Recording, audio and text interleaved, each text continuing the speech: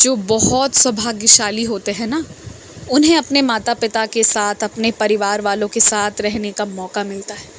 परिवार नाम का ये शब्द जो है, यूँ तो ये बहुत आसान और सरल लगता है।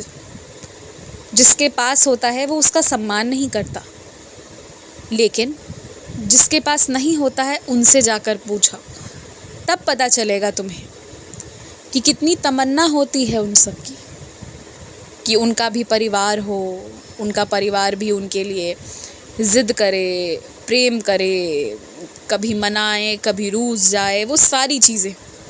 मैं तुम्हें ये बात इसलिए बता रहा हूँ कि तुम अपने परिवार की कद्र तो करते हो, परंतु कहीं ना कहीं तुम चिढ़ते भी बहुत जल्दी हो अपने परिवार से, और ये बात ठीक नहीं है। ये बिल्कुल ठीक आदत नहीं है। छोटी छोटी बातों में तुम जो गुस्सा जाते हो, तुम्हें समझना चाहिए कि तुम और तुम्हारा परिवार सब अलग अलग तरह से बड़े हुए हैं। हाँ, परिवार एक ही है, पर तुम्हारे माता पिता अलग परिस्थिति में रहकर बड़े हुए हैं। तुम्हारे लिए जो चीज़ें बहुत अहम हो, जिसे तुम प्राथमिकता देते हो, शायद वो चीज़ों के बारे में वो सोचते भी ना हो। कोई और चीज़ उनके लिए बहुत प्राथमिकता वाली रही हो। तो सबका अलग अलग तरीके से पालन पोषण हुआ है, सब अलग तरह का संघर्ष करके आए हैं। सबको एक तराजू पर रखकर नहीं तौला जा सकता।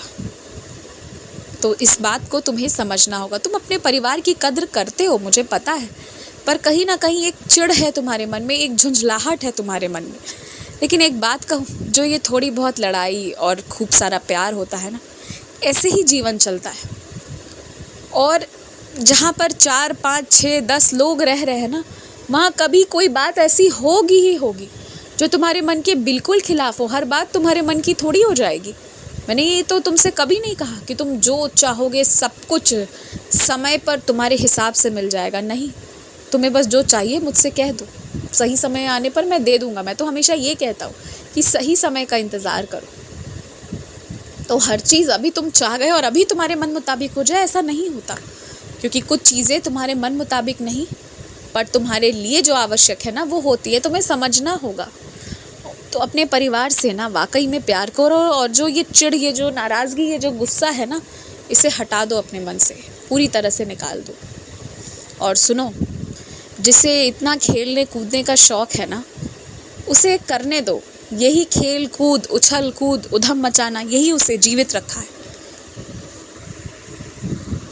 जो ऐसा नहीं करते हैं, एकदम सुस्त पड़े रहते हैं ना, उनकी आयु भी बहुत लंबी नहीं हो सकती फिर। क्योंकि जिनका स्वभाव उछल कूद करना है, हंगामा करना है, ऐसे ही जीवन को एकदम खुल के जीना है, अगर उन्हें एकदम एक कोने में चुप रहने को कह दिया जाए ना, तो ये सज़ा है उनके लिए।